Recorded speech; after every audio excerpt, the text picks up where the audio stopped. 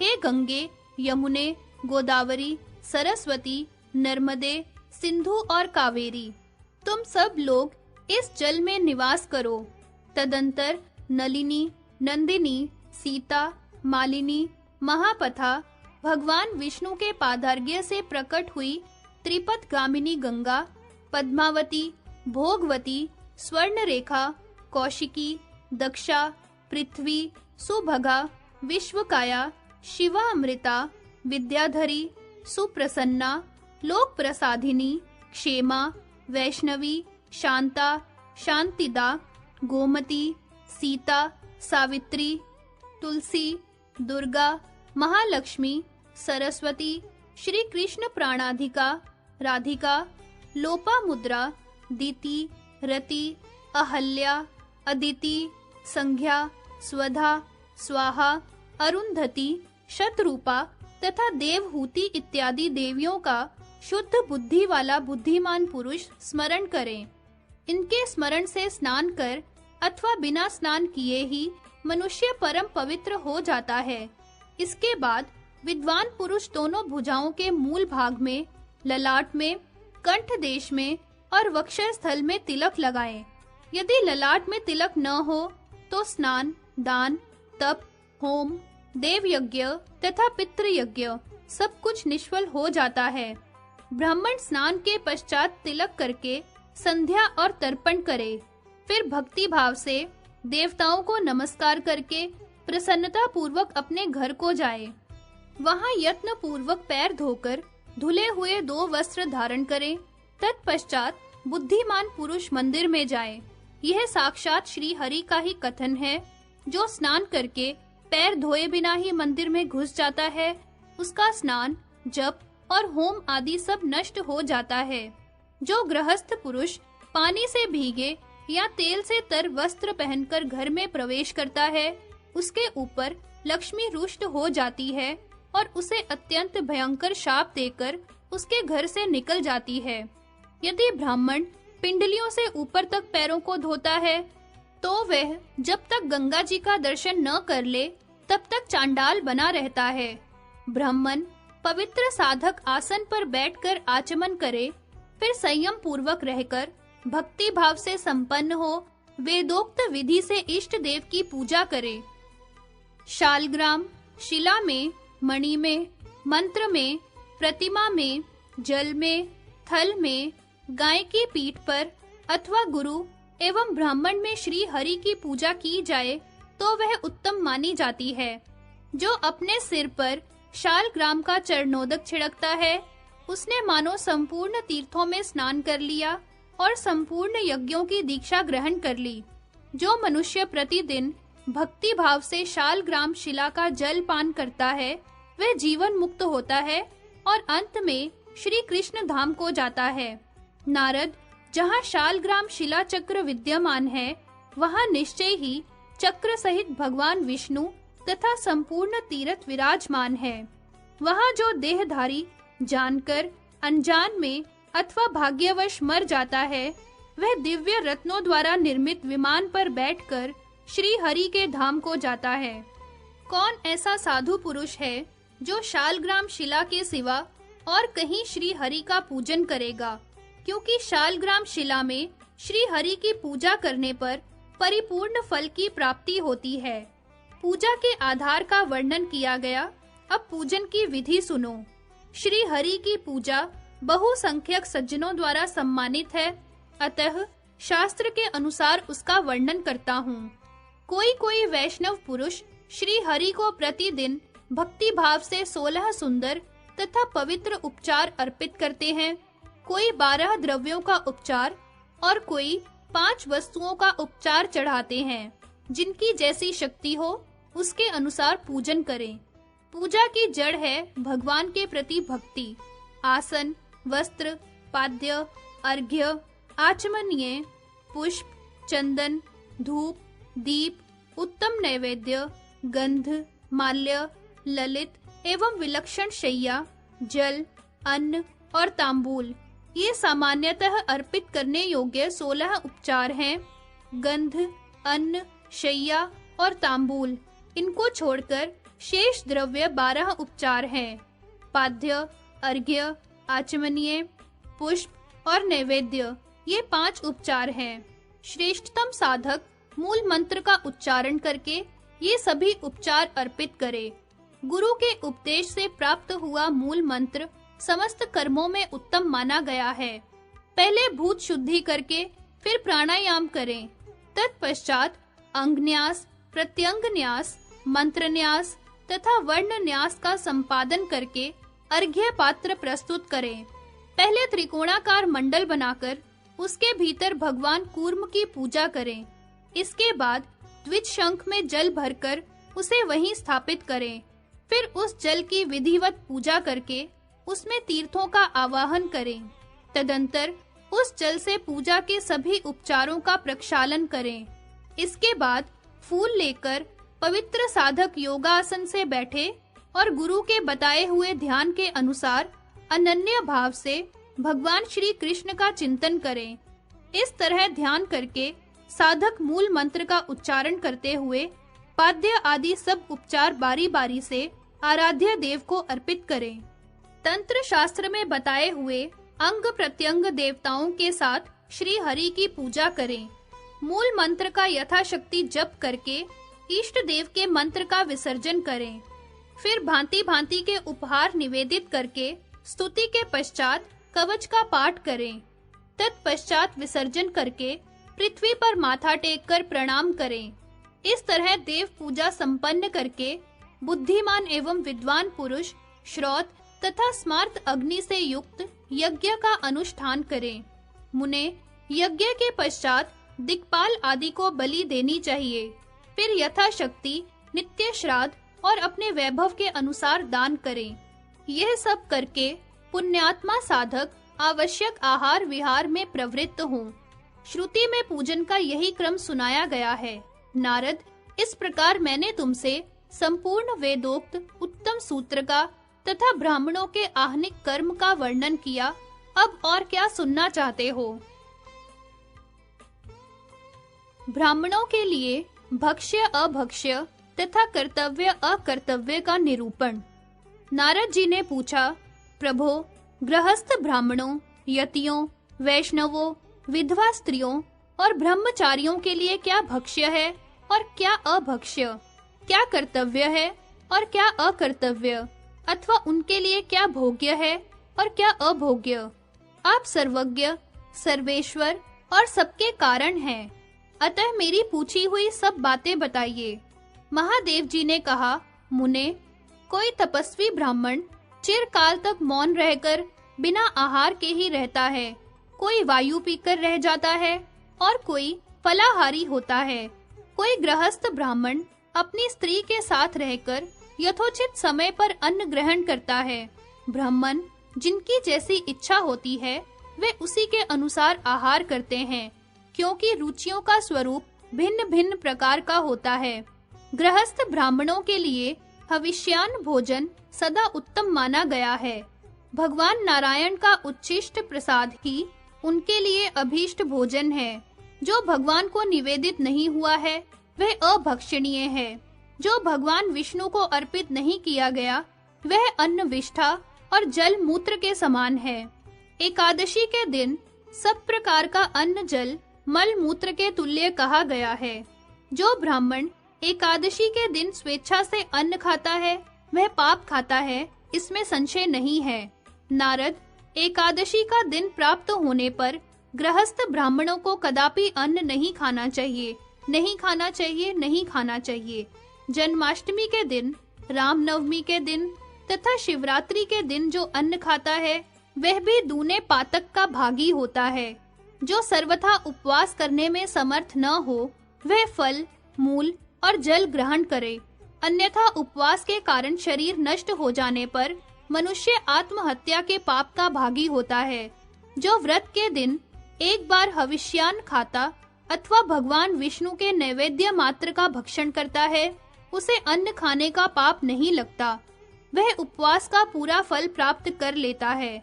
नारद, गृहस्थ, शैव, शाक्त, विशेषतः वैष्णव, यति तथा ब्रह्मचारियों के लिए यह बात बताई गई है।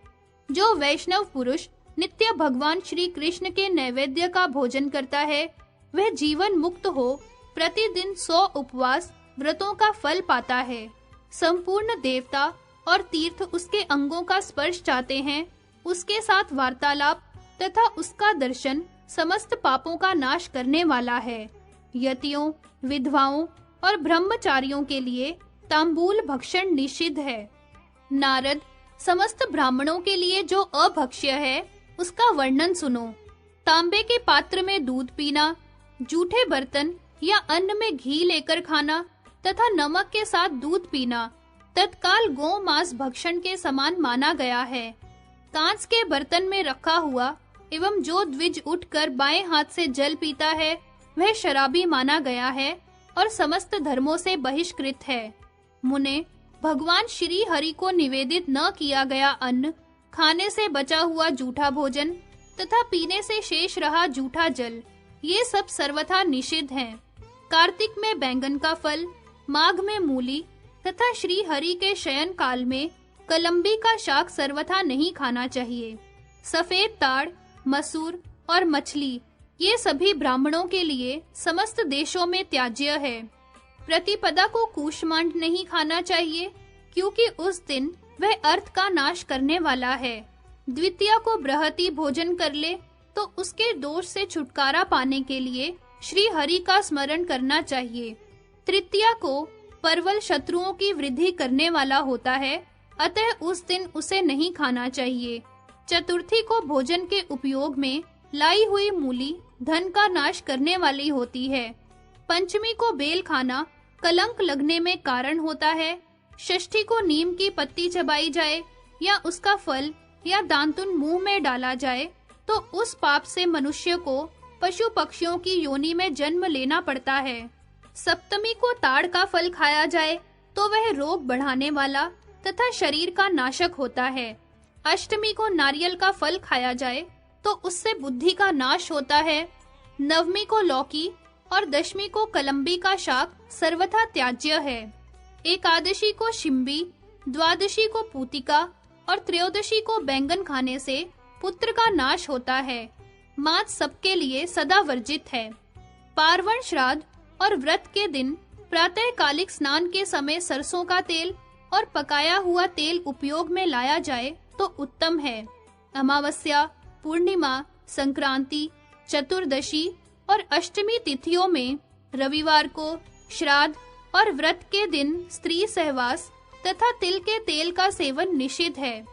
सभी वर्णों के लिए दिन में अपनी स्त्री का भी सेवन वर्जित है। रात में दही खाना, दिन में दोनों संध्याओं के समय सोना तथा रजस्वला स्त्री के साथ समागम करना, ये नरक की प्राप्ति के कारण है। रजस्वला तथा कुल्टा का अन्न नहीं खाना चाहिए। ब्रह्मर्षि, शूद्र जातीय स्त्री से संबंध रखने वाले ब्राह्मण का अन्न भी खाने योग्य नहीं है। ब्राह्मण, सूदखोर और गणक का अन्न भी नहीं खाना चाहिए। अग्रदानी ब्राह्मण तथा चिकित्सक का अन्न भी खाने योग्य नहीं है। अमावस्या तिथि और कृतिका नक्षत्र में द्विजों के लिए क्षौर कर्म वर्जित है।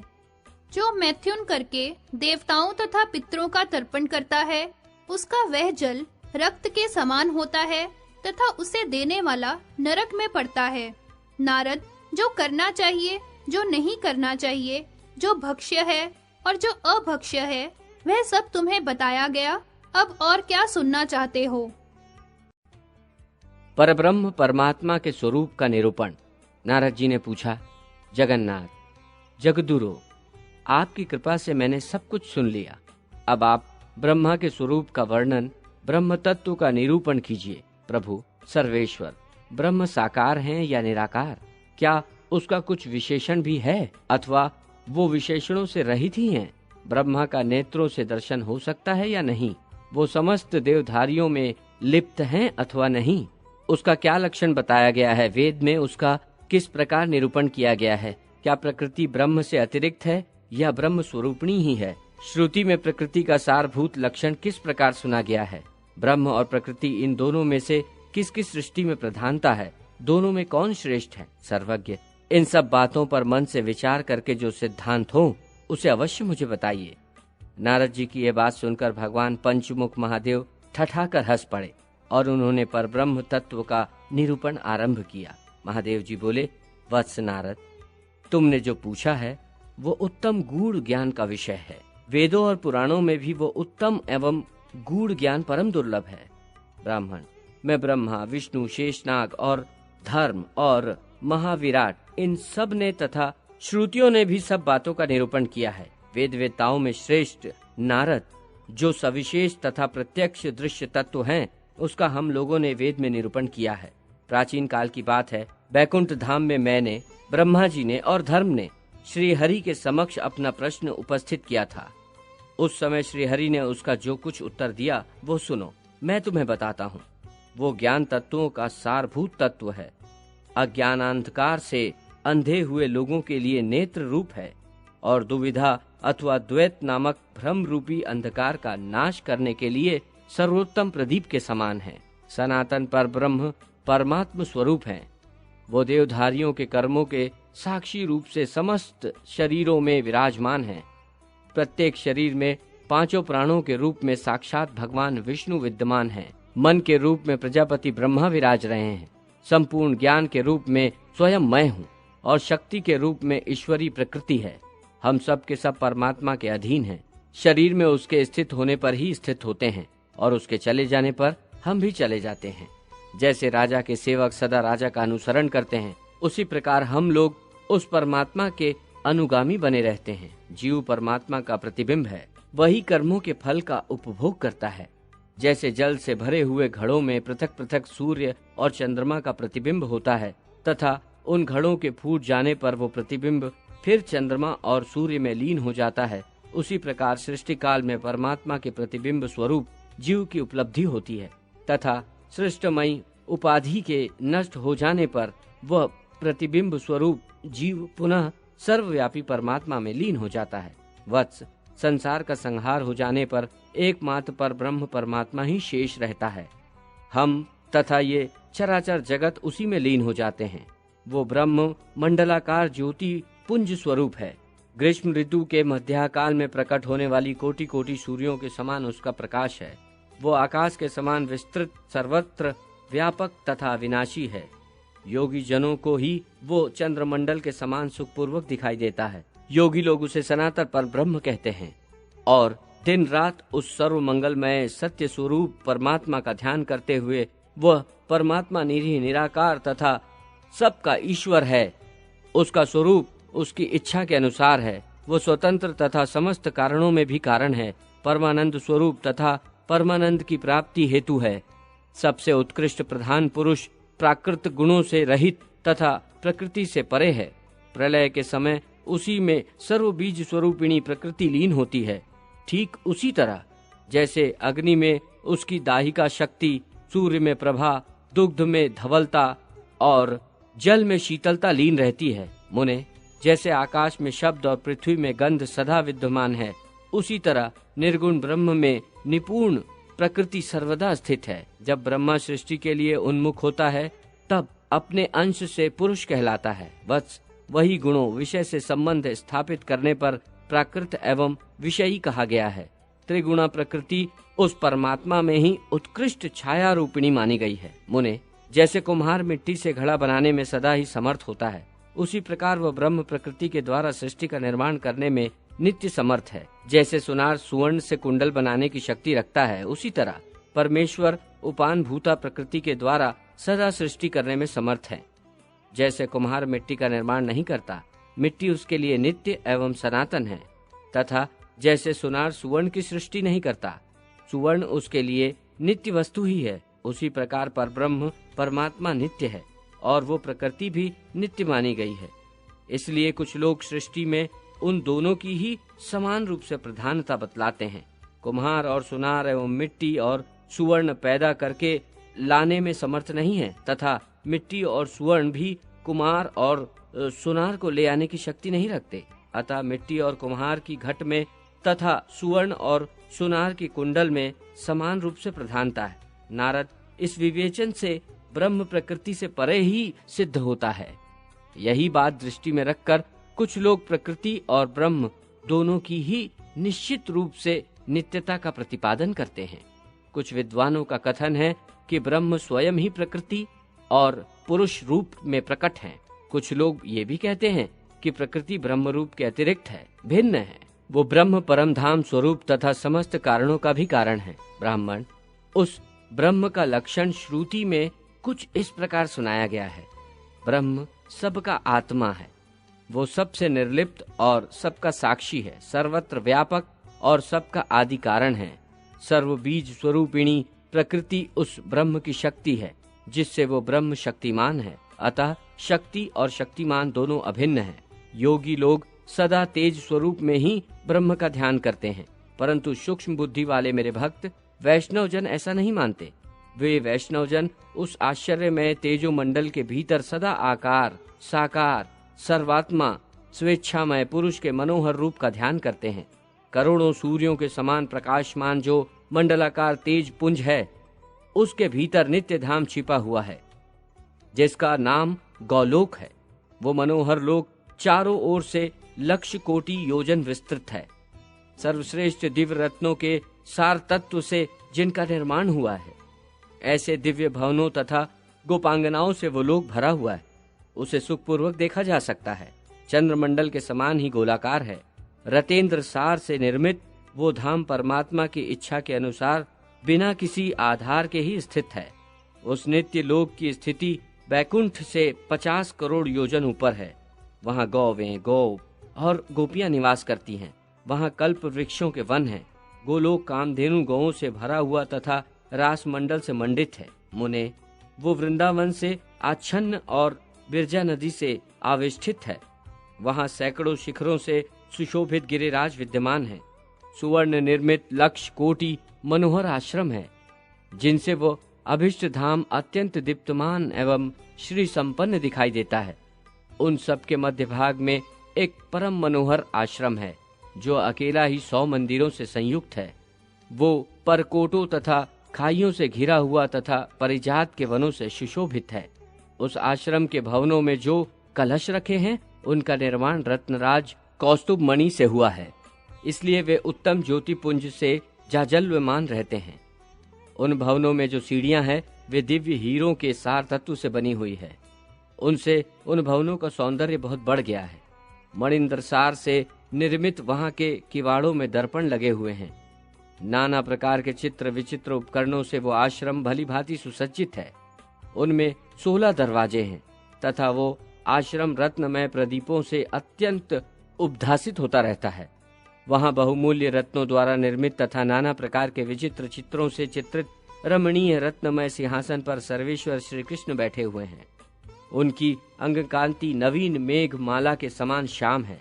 वे किशोर अवस्था के बालक हैं। उनके नेत्र शरद काल की दोपहरी के सूर्य की प्रभा को छीन लेते हैं। उनका मुखमंडल शरद पूर्णिमा के पूर्ण चंद्रमा की शोभा को ढक देता है।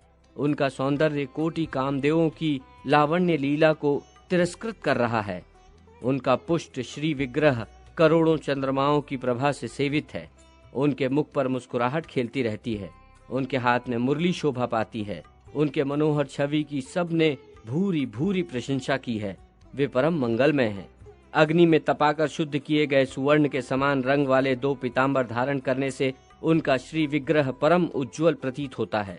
भगवान के संपूर्ण अंग चंदन से चर्चित तथा कौस्तुभ मणि से प्रकाशित हैं।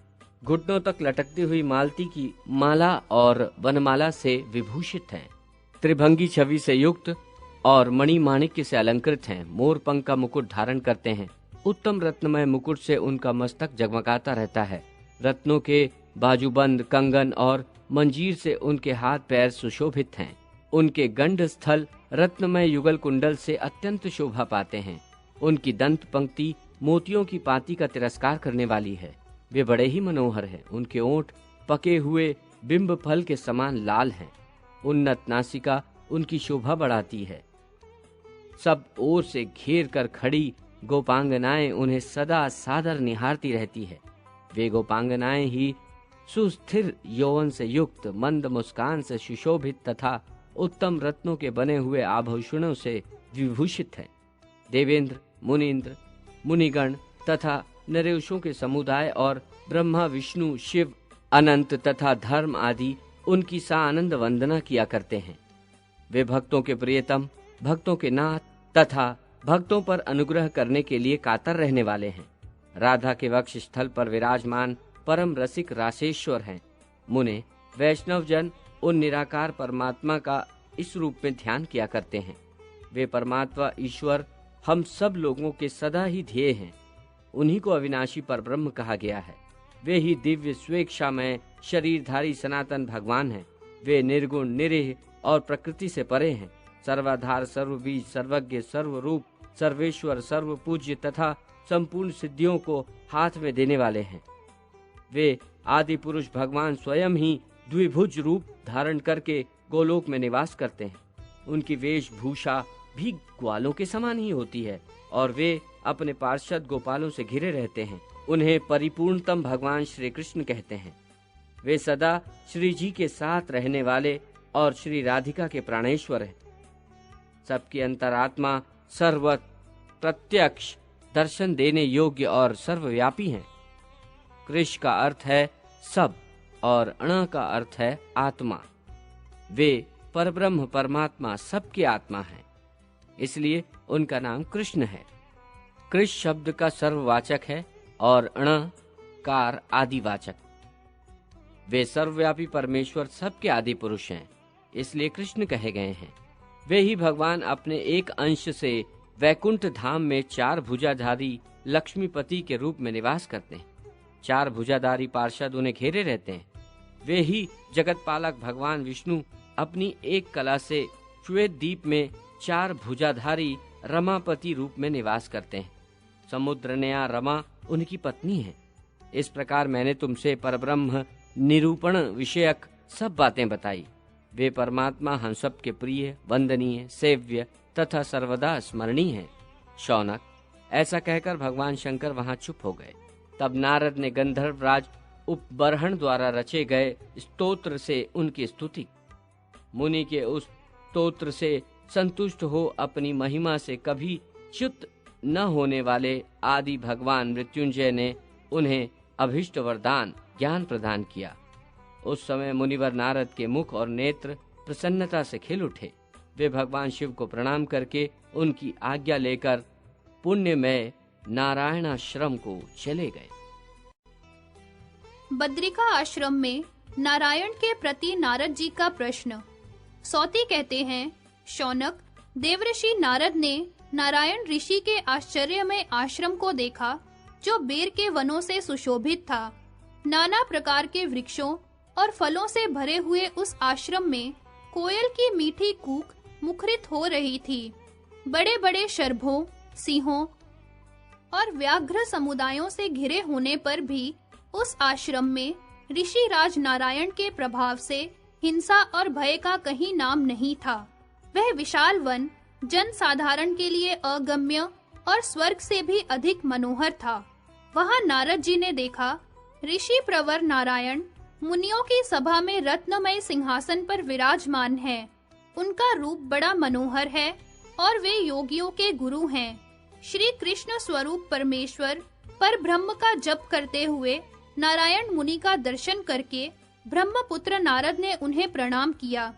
उन्हें आया देख नारायण ने सहसा उठकर हृदय से लगा लिया और उत्तम आशीर्वाद प्रदान किया। साथ ही स्नेह पूर्वक कुशल समाचार पूछा और आतिथ्य सत्कार किया। फिर नारद जी को भी उन्होंने रमणीय रत्नमय सिंहासन पर बिठाया। उस रमणीय आसन पर बैठकर नारद जी ने रास्ते की थकावट दूर की और उन ऋषि श्रेष्ठ सनातन भगवान नारायण से, साथ ही उन सब परम दुर्लभ मुनियों से भी पूछा, जो पिता के स्थान में वेदा अध्ययन करके वहां विराजमान थे। नारद जी बोले, प्रभो, योगीश्वर शंकर से ज्ञान और मंत्र का उपदेश पाकर भी मेरा मन तृप्त नहीं हो रहा है, क्योंकि यह बड़ा चंचल है और इसे रोकना अत्यंत कठिन है। मेरे मन में प्रभु की कुछ ऐसी प्रेरणा हुई जिससे मैंने आपके चरणार विंदों का दर्शन किया। इस समय मैं आपसे कुछ विशेष ऐसा ज्ञान प्राप्त करना चाहता हूँ जिसमें श्री कृष्ण के गुणों का वर्णन हो, जो कि जन्म, मृत्यु और जरा का नाश करने वाला है। भगवान ब्रह्मा, विष्णु और शिव आदि देवता, देवराज इंद्र, मुनि और विद्वान मनु किसका चिंतन करते हैं? सृष्टि का प्रादुर्भाव किससे होता है अथवा उसका लय कहाँ होता है? समस्त कारणों के भी कारणभूत सर्वेश्वर विष्णु कौन है? जगतपते उन ईश्वर का रूप अथवा कर्म क्या है? इन सब बातों पर मन ही मन विचार करके आप बताने की कृपा करें। नारद जी का यह वचन सुनकर भगवान नारायण ऋषि हंसे। फिर उन्होंने त्रिभुवन पावनी पुण्य कथा को कहना आरंभ किया। नारायण के द्वारा परम पुरुष परमात्मा श्री कृष्ण तथा प्रकृति देवी की महिमा का प्रतिपादन। श्री नारायण बोले, गणेश, विष्णु, शिव, रुद्र, शेष, ब्रह्मा आदि देवता, मनु, मुनींद्र गण, सरस्वती, पार्वती, गंगा और लक्ष्मी आदि देवियां भी जिनका सेवन करती हैं, उन भगवान गोविंद के चरणार विंद का चिंतन करना चाहिए, जो अत्यंत गंभीर और भयंकर दावाग्नि रूपी सर्प से आवेष्टित हो छटपटाते अंग वाले संसार सागर को लांघकर उस पार जाना चाहता है और श्री हरि के दास्य सुख को पाने की इच्छा रखता है। वह भगवान श्री कृष्ण के चरणार विंद का चिंतन करे, जिन्होंने गोवर्धन पर्वत को हाथ पर उठाकर वज्र भूमि को इंद्र के कोप से बचाने की कीर्ति प्राप्त की है। वाराह अवतार के समय एकार्णव के जल में गली जाती हुई पृथ्वी को अपने दाढ़ों के अग्रभाग से उठाकर जल के ऊपर स्थापित किया था, तथा जो अपने रोम कूपों में असंख्य विश्व ब्रह्मांड को धारण करते हैं, उन आदि पुरुष भगवान गोविंद के चरणार विंद का चिंतन करना चाहिए। जो गोपांगनाओं के मुखार विंद के रसिक भ्रमर हैं और वृंदावन में विहार करने वाले हैं, उन व्रज वेशधारी विष्णु रूप परम पुरुष रसिक रमण रासेश्वर श्री कृष्ण के चरणार विंद का चिंतन करना चाहिए। वत्स नारद मुने, जिनके नेत्रों की पलक गिरते ही जगत सृष्टा ब्रह्मा नष्ट हो जाते हैं, उनके कर्म का वर्णन करने में भूतल पर कौन समर्थ है? तुम भी श्री हरि के चरणार विंद का अत्यंत आदर पूर्वक चिंतन करो। तुम और हम उन भगवान की कला के अंश मात्र हैं। मनु और मुनींद्र भी उनकी कला के कलांश ही हैं। महादेव और ब्रह्मा जी भी कला विशेष हैं और महान विराट पुरुष भी उनके विशिष्ट कला मात्र हैं। सहस्त्र शिरों वाले शेषनाग संपूर्ण विश्व को अपने मस्तक पर सरसों के एक दाने के समान धारण करते हैं, परंतु कूर्म के पृष्ठ भाग में वे शेषनाग ऐसे जान पड़ते हैं मानो हाथी के ऊपर मच्छर बैठा हो। वे भगवान कूर्म श्री कृष्ण की कला के कलांश मात्र हैं। नारद, गोलोकनाथ भगवान श्री कृष्ण का निर्मल यश वेद और पुराण में किंचित मात्र भी प्रकट नहीं हुआ।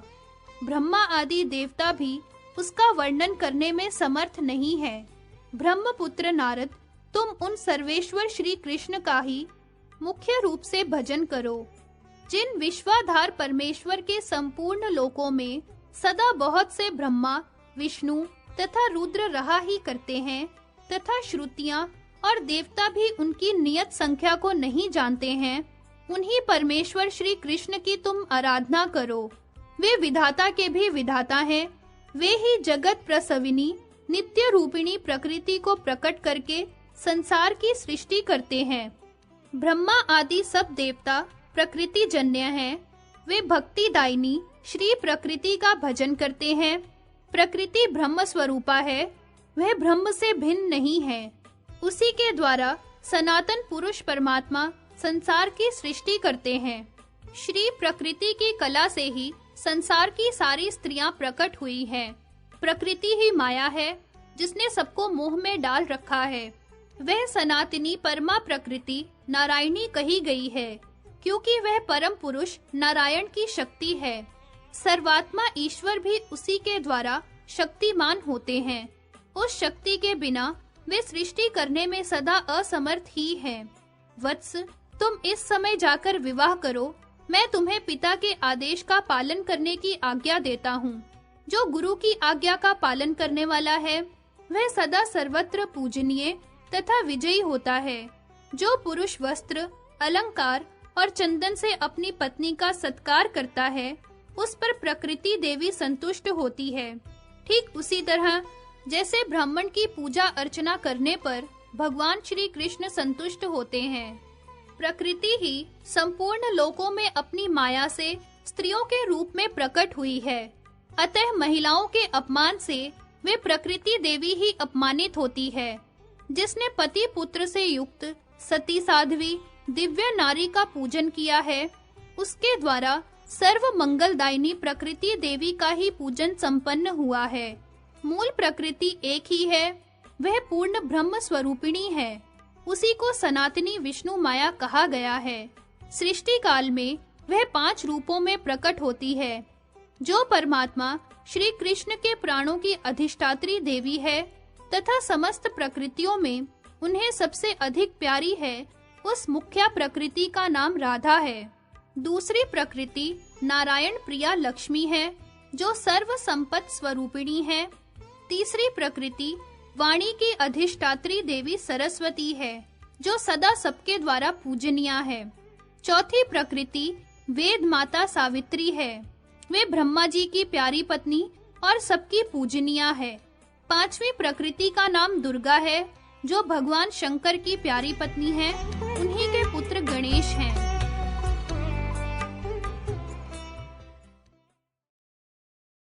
पंचदेवी रूपा प्रकृति का तथा उनके अंश कला एवं कलांश का विशद वर्णन। भगवान नारायण कहते हैं, नारद, गणेश, जननी दुर्गा, लक्ष्मी, सरस्वती, सावित्री और राधा, ये 5 देवियां प्रकृति कहलाती हैं। इन्हीं पर सृष्टि निर्भर है।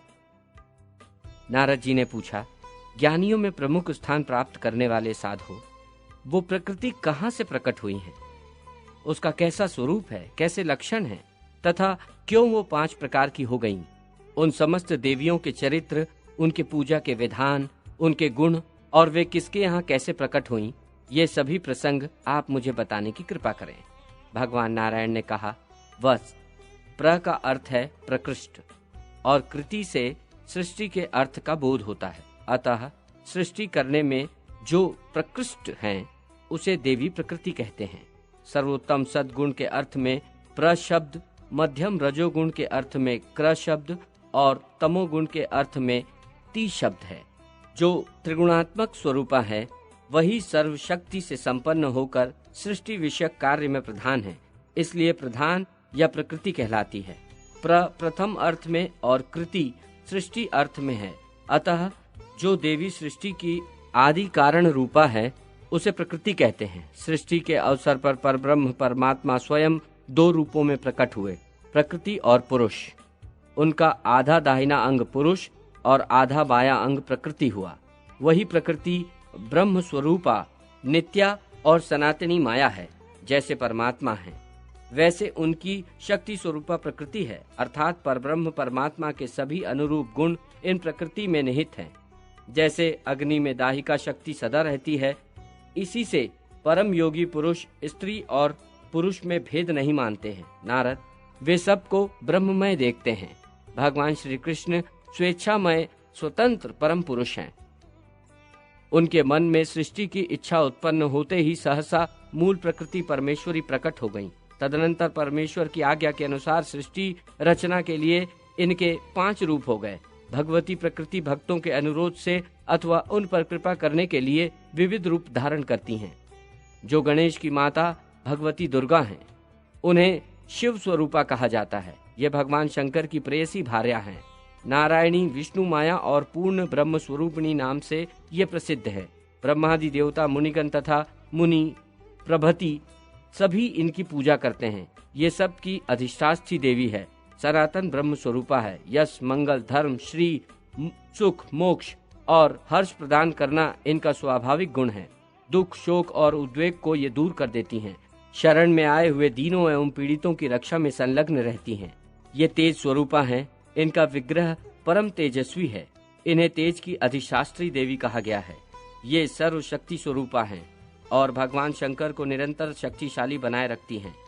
सिद्धेश्वरी, सिद्धि रूपा, सिद्धिदाताओं की ईश्वरी, बुद्धि, निद्रा, शुद्धा, पिपासा, छाया तंद्रा, दया, स्मृति, जाति, शांति, भ्रांति, शांति, कांति, चेतना, तुष्टि, पुष्टि, लक्ष्मी, वृत्ति और माता, ये सब इनके नाम हैं। श्री कृष्ण परब्रह्म परमात्मा हैं। उनके समीप सर्वशक्ति रूप से ये विराजती हैं। श्रुति में इनके सुविख्यात गुण का अत्यंत संक्षेप में वर्णन किया गया है।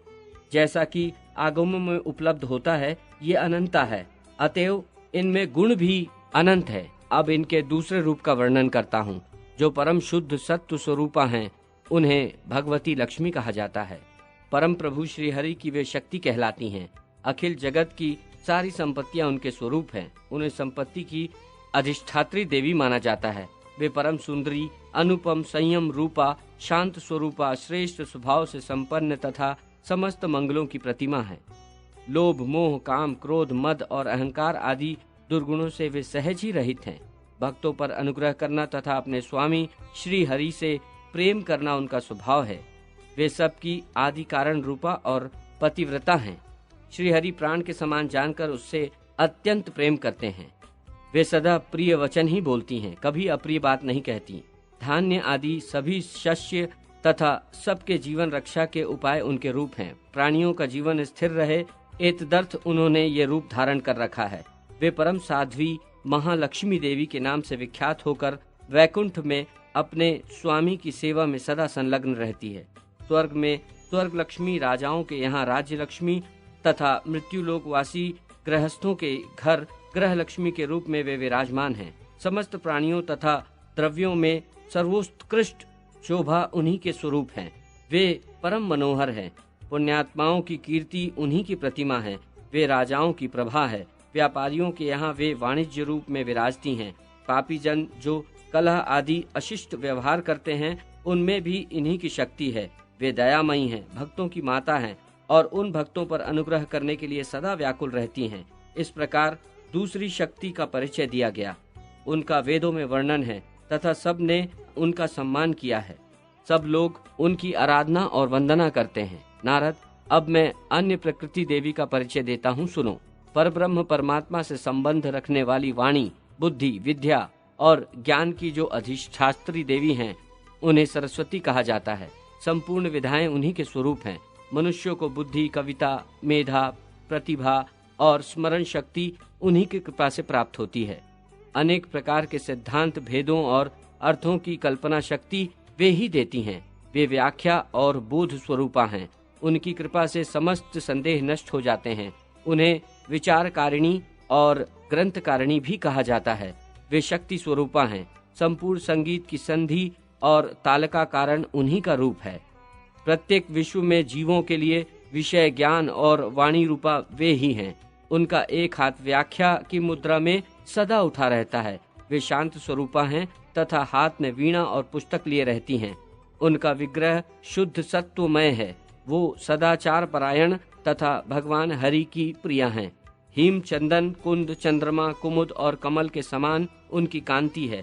वे रत्न की माला फेरती हुई भगवान श्री कृष्ण के नामों का जप करती हैं। उनकी मूर्ति तपोमयी है। तपस्वी जनों को उनके तप का फल प्रदान करने में वे सदा तत्पर रहती हैं। सिद्धि, विद्या उनका स्वरूप है। वे संपूर्ण सिद्धि प्रदान करती हैं। इस प्रकार तृतीया देवी श्री जगदम्बा सरस्वती का शास्त्र के अनुसार किंचित वर्णन किया गया। अब चौथी प्रकृति का परिचय सुनो। नारद, वे चारों देवी की माता है। छंद और वेदांग भी उन्हीं से उत्पन्न हुए हैं। संध्या वंदन के मंत्र और तंत्रों की जननी भी वे ही हैं। द्विजाति वर्णों के लिए उन्होंने अपना ये रूप धारण किया है। वे जगद्रूपा, तपस्विनी, ब्रह्म तेज से संपन्न तथा सबका संस्कार करने वाली है। उन पवित्र रूप धारण करने वाली देवी को सावित्री अथवा गायत्री कहते हैं। वे ब्रह्म की परम प्रिय शक्ति है। तीर्थ अपनी शुद्धि के लिए उनके स्पर्श की कामना करते हैं। शुद्ध स्फटक मणि के समान उनकी स्वच्छ कांति है। वे शुद्ध सत्वमय विग्रह से शोभा पाती हैं। उनका रूप परम आनंदमय है। उनका सर्वोत्कृष्ट रूप सदा बना रहता है। वे पर ब्रह्म स्वरूपा हैं। मोक्ष प्रदान करना उनका स्वाभाविक गुण है। वे ब्रह्म तेज से संपन्न परम शक्ति हैं। उन्हें शक्ति की अधिष्ठात्री देवी माना जाता है। नारद, उनके चरण की धूलि संपूर्ण जगत को पवित्र कर देती है। नारद, इन चौथी देवी का प्रसंग सुना चुका। अब मैं तुम्हें पांचवी देवी का परिचय देता हूँ। ये प्रेम और प्राणों की अधिदेवी तथा पंच प्राण स्वरूपिणी हैं। परमात्मा श्री कृष्ण को प्राणों से भी बढ़कर प्रिय है। संपूर्ण देवी में अग्रगण्य हैं। सबकी अपेक्षा इनमें सुंदरता अधिक है। इनमें सभी सद्गुण सदा विद्यमान हैं।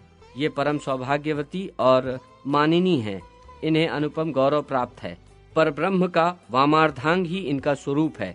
ये ब्रह्म के समान ही गुण और तेज से संपन्न है। इन्हें परावरा, सारभूता, परमाधा, सनातनी, परमानंद स्वरूपा, धन्या, मान्या और पूजा कहा जाता है। ये नित्य कुंजेश्वरी रास क्रीड़ा की अधिष्ठात्री देवी हैं। परमात्मा श्री कृष्ण के रास मंडल में इनका आविर्भाव हुआ है। इनके विराजने से रास मंडल की विचित्र शोभा होती है। गोलोक धाम में रहने वाली ये देवी राशेश्वरी एवं सुरसिका नाम से प्रसिद्ध है। रास मंडल में पधारे रहना इन्हें बहुत प्रिय है। ये गोपी के वेश में विराजती हैं। ये परम आहाद स्वरूपिणी हैं। इनका विग्रह संतोष और हर्ष से परिपूर्ण है। ये निर्गुणा नाम से भी विख्यात है।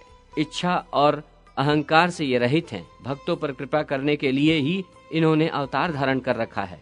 वेदोक्त विधि के अनुसार ध्यान करने से विद्वान पुरुष इनके रहस्य को समझ पाते हैं।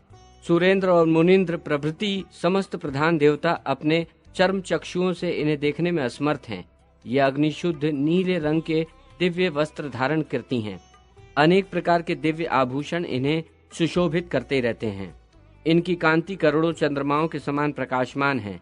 इनका सर्व शोभा संपन्न श्री विग्रह संपूर्ण ऐश्वर्यों से संपन्न है। भगवान श्री कृष्ण के भक्त को दास्य रति प्रदान करने वाली एकमात्र यही है, क्योंकि संपूर्ण संपत्तियों में यही दास्य संपत्ति को ही परम श्रेष्ठ मानती हैं। श्री वृषभानु के घर पुत्री के रूप में ये पधारी हैं। इनके चरण कमल का संस्पर्श प्राप्त कर पृथ्वी परम पवित्र हो गई है। मुने, जिन्हें ब्रह्मा आदि देवता नहीं देख सके, वही ये देवी भारतवर्ष में सबसे दृष्टिगोचर हो रही हैं। ये स्त्री रत्नों में सार रूपा हैं। भगवान श्री कृष्ण के वक्ष स्थल पर इस प्रकार विराजती हैं जैसे आकाश स्थित नवीन नील मेघों में बिजली चमक रही हो। इन्हें पाने के लिए ब्रह्मा ने 60,000 वर्षों तक तपस्या की है। इनकी तपस्या का उद्देश्य यही था कि इनके चरण कमल के नख के दर्शन सुलभ हो जाएं, जिससे मैं परम पवित्र बन जाऊं। परंतु स्वप्न में भी वे इन भगवती के दर्शन प्राप्त न कर सके। फिर प्रत्यक्ष की तो बात ही क्या है। उसी तप के प्रभाव से ये देवी वृंदावन में प्रकट हुई हैं। धराधाम पर इनका पधारना हुआ है, जहां ब्रह्मा जी को भी इनका दर्शन प्राप्त हो सका। यही पांचवी देवी भगवती राधा के नाम से प्रसिद्ध हैं।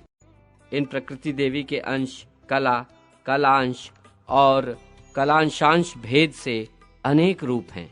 प्रत्येक विश्व में संपूर्ण स्त्रियां इन्हीं की रूप मानी जाती हैं। ये 5 देवियां परिपूर्णतम कही गई हैं। इन देवियों के जो प्रधान अंश है, अब उनका वर्णन करता हूँ, सुनो। भूमंडल को पवित्र करने वाली गंगा इनका प्रधान अंश है। ये सनातनी गंगा जलमयी हैं। भगवान विष्णु के विग्रह से इनका प्रादुर्भाव हुआ है।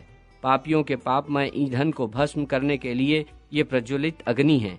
इन्हें स्पर्श करने, इनमें नहाने अथवा इनका जलपान करने से पुरुष कैवल्य पद के अधिकारी हो जाते हैं। गोलोक धाम में जाने के लिए ये सुखप्रद सीढ़ी के रूप में विराजमान है। इनका रूप परम पवित्र है। समस्त तीर्थों और नदियों में ये श्रेष्ठ मानी जाती हैं।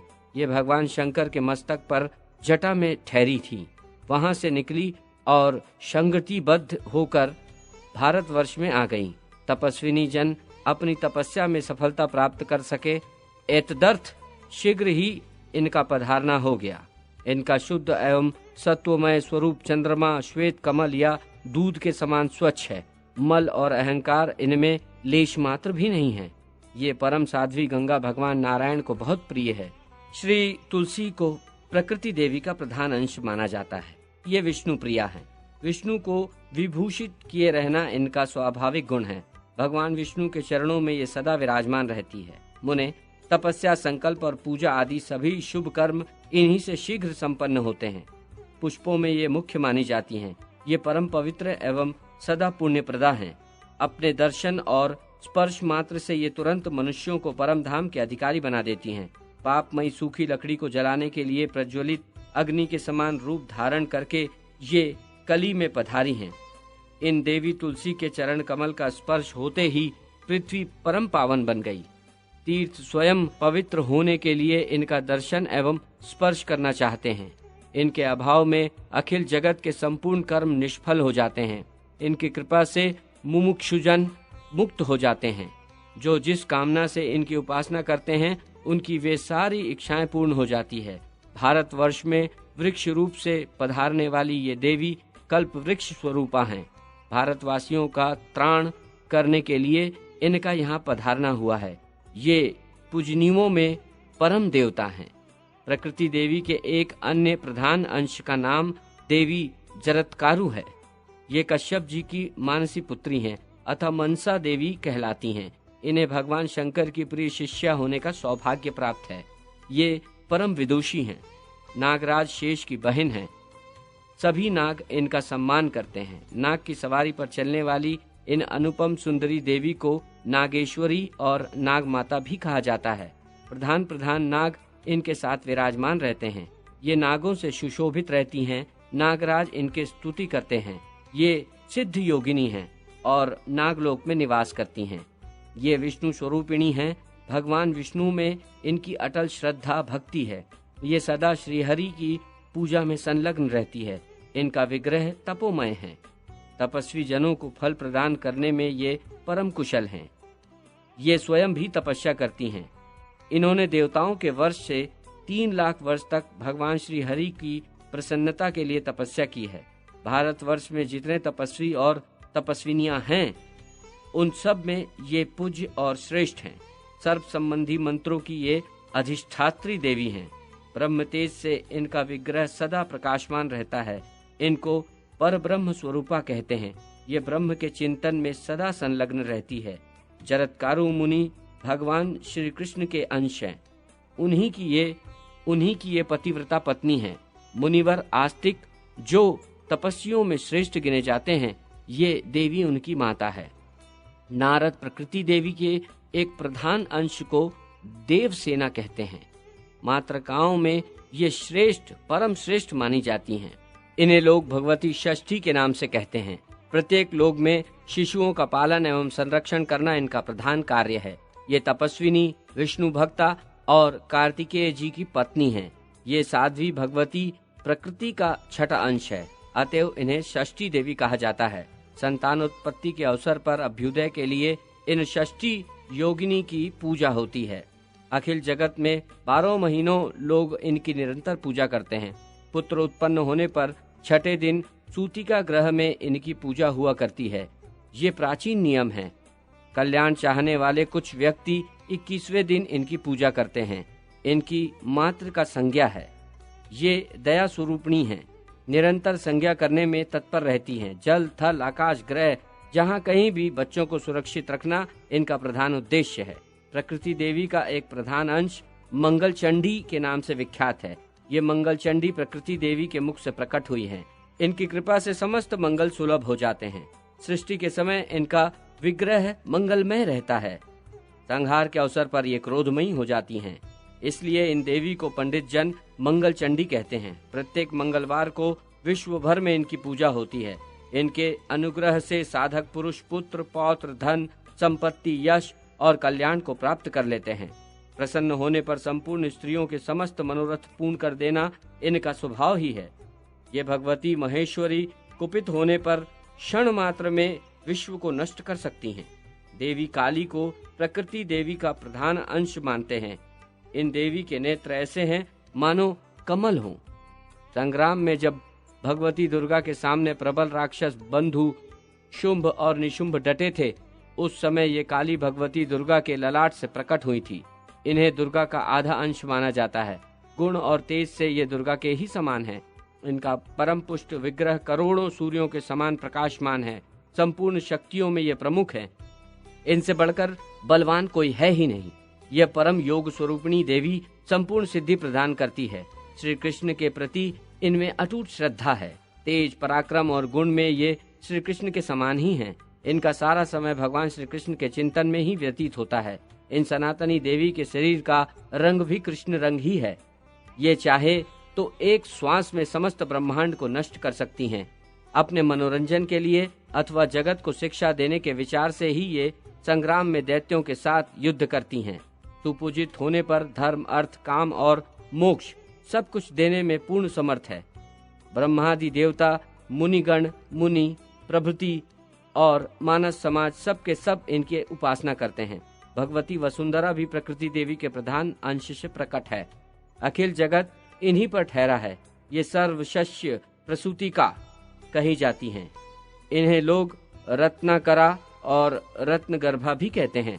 संपूर्ण रत्नों की खान इन्हीं के अंदर विराजमान है। राजा और प्रजा सभी लोग इनकी पूजा एवं स्तुति करते हैं। सबको जीविका प्रदान करने के लिए ही इन्होंने ये रूप धारण कर रखा है। ये संपूर्ण संपत्ति का विधान करती हैं। ये न रहे तो सारा चराचर जगत कहीं भी ठहर नहीं सकता। मुनिवर, प्रकृति देवी की जो जो कलाएं हैं उन्हें सुनो, और ये जिन जिन की पत्नियां हैं वो भी मैं तुम्हें बताता हूँ। देवी स्वाहा अग्नि की पत्नी है। संपूर्ण जगत में इनकी पूजा होती है। इनके बिना देवता अर्पित की हुई हवि पाने में असमर्थ हैं। यज्ञ की पत्नी को दक्षिणा कहते हैं। इनका सर्वत्र सम्मान होता है। इनके न रहने पर विश्व भर के संपूर्ण कर्म निष्फल समझे जाते हैं। स्वधा पितरों की पत्नी है। मुनि, मनु और मानव सभी इनकी पूजा करते हैं। इनका उच्चारण न करके पितरों को वस्तु अर्पण की जाए तो वो निष्फल हो जाती है। वायु की पत्नी का नाम स्वस्ति है। प्रत्येक विश्व में इनका सत्कार होता है। इनके बिना आदान प्रदान सभी निष्फल हो जाते हैं। पुष्टि गणेश जी की पत्नी है। धरातल पर सभी इनको पूजते हैं। इनके बिना पुरुष और स्त्री सभी क्षीण शक्तिहीन हो जाते हैं। अनंत की पत्नी का नाम तुष्टि है। सब लोग इनकी पूजा एवं वंदना करते हैं। इनके बिना संपूर्ण संसार सम्यक प्रकार से कभी संतुष्ट नहीं हो सकता। ईशान की पत्नी का नाम संपत्ति है। देवता और मनुष्य सभी इनका सम्मान करते हैं। इनके न रहने पर विश्व भर की जनता दरिद्र कहलाती है। धृति कपिल मुनि की पत्नी है। सब लोग सर्वत्र इनका स्वागत करते हैं। ये न रहे तो जगत में संपूर्ण प्राणी धैर्य से हाथ धो बैठे। क्षमा यम की पत्नी है। ये साध्वी और सुशीला हैं। सभी इनका सम्मान करते हैं। यदि ये न हो तो सब लोग रुष्ट और उन्मुक्त हो जाएं। सती साध्वी रति कामदेव की पत्नी हैं। ये क्रीड़ा की अधिष्ठात्री देवी हैं। ये न रहे तो जगत के सब प्राणी केली कौतुक से शून्य हो जाएं। सती मुक्ति को सत्य की भार्या कहा गया है। सबसे आदर पाने वाली ये देवी परम लोकप्रिय है। इनके बिना जगत सर्वथा बंधुता शून्य हो जाता है। परम साध्वी दया मुहु की पत्नी है। ये पूज्य एवं जगत प्रिय हैं। इनके अभाव में संपूर्ण प्राणी सर्वत्र निष्ठुर माने जाते हैं। पुण्य की सहधर्मिणी प्रतिष्ठा। ये पुण्य रूपा देवी सदा सुपूजित होती हैं। मुने, इनके बिना सारा संसार जीते हुए भी मृतक के समान समझा जाता है। सुकर्म की पत्नी कीर्ति है, जो धन्य और माननीय है। सबके द्वारा इनका सम्मान होता है। इनके अभाव में अखिल जगत यशोहीन होकर मृतक के समान हो जाता है। क्रिया उद्योग की पत्नी है। इन आदरणीय देवी से सब लोग सहमत हैं। नारद, इनके बिना सारा संसार उच्छिन्न सा हो जाता है। अधर्म की पत्नी को मिथ्या कहते हैं। सभी धूर्त इनका सत्कार करते हैं। सतयुग में ये बिल्कुल अदृश्य थीं। त्रेता युग में सूक्ष्म रूप धारण करके प्रकट हो गईं। द्वापर में अपने आधे शरीर से शोभा पाने लगी और कलयुग में तो इन मिथ्या देवी का शरीर पूरा हष्ट पुष्ट हो गया। सब जगह इनकी पहुंच होने के कारण ये बड़ी धृष्टता के साथ सर्वत्र अपना आधिपत्य जमाए रहती हैं। इनके भाई का नाम कपट है। उसके साथ ये प्रत्येक घर में चक्कर लगाती हैं। शांति और लज्जा ये सुशील की दो आदरणीय पत्नी हैं। नारद, इनके न रहने पर सारा जगत उन्मत्त की भांति जीवन व्यतीत करने लगता है। ज्ञान की 3 पत्नियां हैं, बुद्धि, मेधा और स्मृति। ये साथ छोड़ दे तो समस्त संसार मूर्ख और मरे के समान हो जाए। धर्म की सधर्मिणी का नाम मूर्ति है। कमनीय कांति वाली ये देवी सबके मन को मुग्ध किए रहती है। इनका सहयोग न मिले तो परमात्मा निराकार ही रह जाए और संपूर्ण विश्व भी निराधार हो जाए। इनके स्वरूप को अपनाकर ही साध्वी लक्ष्मी सर्वत्र शोभा पाती है। श्री और मूर्ति दोनों इनके स्वरूप हैं। ये परम मान्य, धन्य और सुपूज्य हैं। कालाग्नि रुद्र की पत्नी का नाम है। इनको योग निद्रा भी कहते हैं। रात्रि में इनका सहयोग पाकर संपूर्ण प्राणी आच्छन्न अर्थात नींद से व्याप्त हो जाते हैं। काल की 3 भार्याएं हैं, संध्या, रात्रि और दिन। ये न रहे तो ब्रह्मा भी काल संख्या का परिगणन नहीं कर सकते। क्षुधा और पिपासा ये दो लोभ की भार्याएं हैं। ये परम धन्य, मान्य और आदर की पात्र हैं। इन्होंने संपूर्ण जगत पर अपना प्रभाव जमा रखा है। इन्हीं के कारण जगत शोभयुक्त तथा चिंतातुर होता है। प्रभा और दाहिका ये तेज की दो स्त्रियां हैं। इनके अभाव में जगत सृष्टा ब्रह्मा अपना कार्य संपादन करने में असमर्थ हैं। ज्वर की दो प्यारी भार्याएं हैं, जरा और मृत्यु। ये दोनों काल की पुत्रियां हैं। इनकी सत्ता न रहे तो ब्रह्मा के बनाए हुए जगत की व्यवस्था ही बिगड़ जाए। निद्रा की कन्या का नाम तंद्रा है। ये और प्रीति ये दो सुख की प्रियाएं हैं। ब्रह्मपुत्र नारद विधि के विधान में बना रहने वाला ये सारा जगत इनसे व्याप्त है। श्रद्धा और भक्ति ये वैराग्य की दो परम आदरणीय पत्नियां हैं। मुने, इनके कृपा प्रसाद से अखिल जगत सदा जीवन मुक्त हो सकता है। देव माता अदिति, गौओं को उत्पन्न करने वाली सुरभि, दैत्यों की माता दिति, कद्रु, विनता और दनु ये सभी देवियां सृष्टि का कार्य संभालती हैं। इन्हें भगवती प्रकृति की कला कहा जाता है। अन्य भी बहुत सी कलाएं हैं। कुछ कलाओं का परिचय कराता हूँ, सुनो। चंद्रमा की पत्नी रोहिणी और सूर्य की संज्ञा है। मनु की भार्या का नाम शतरूपा है। शची इंद्र की धर्मपत्नी है। बृहस्पति की सहधर्मिणी का नाम तारा है। अरुंधति वशिष्ठ मुनि की धर्मपत्नी है। अहल्या गौतम की, अनसुया अत्रि की, देवहूति करदम मुनि की और प्रसूति दक्ष की पत्नियां हैं। पितरों की मानसी कन्या मेनका पार्वती की जननी है। लोपामुद्रा आहूति कुबेर की पत्नी, वरुण की पत्नी, यम की पत्नी, बाली की भार्या विद्यान्वली, कुंती, दमयंती, यशोदा, सती देव की गांधारी, द्रौपदी, शैव्या, सत्यवान की पत्नी सावित्री, राधा की जननी वृषभानुप्रिया, कलावती, मंदोदरी, कौशल्या, सुभद्रा, केकई, रेवती, सत्यभामा, कालिंदी, लक्ष्मणा, जाजम्बवती, नागजिति, मित्रविंदा, रुक्मिणी, सीता जो स्वयं लक्ष्मी कहलाती हैं। व्यास को जन्म देने वाली महासती योजनगंधा, काली, वाणपुत्री उषा, उसकी सखी चित्रलेखा, प्रभावती, भानुमति, सती मायावती, परशुराम जी की माता रेणुका, हलधर बलराम की जननी रोहिणी और श्री कृष्ण की परम साध्वी बहन दुर्गा स्वरूपा एकानंशा आदि भारतवर्ष में भगवती प्रकृति की बहुत सी कलाएं विख्यात है। जो ग्राम देवियां हैं वे सभी प्रकृति की कलाएं हैं।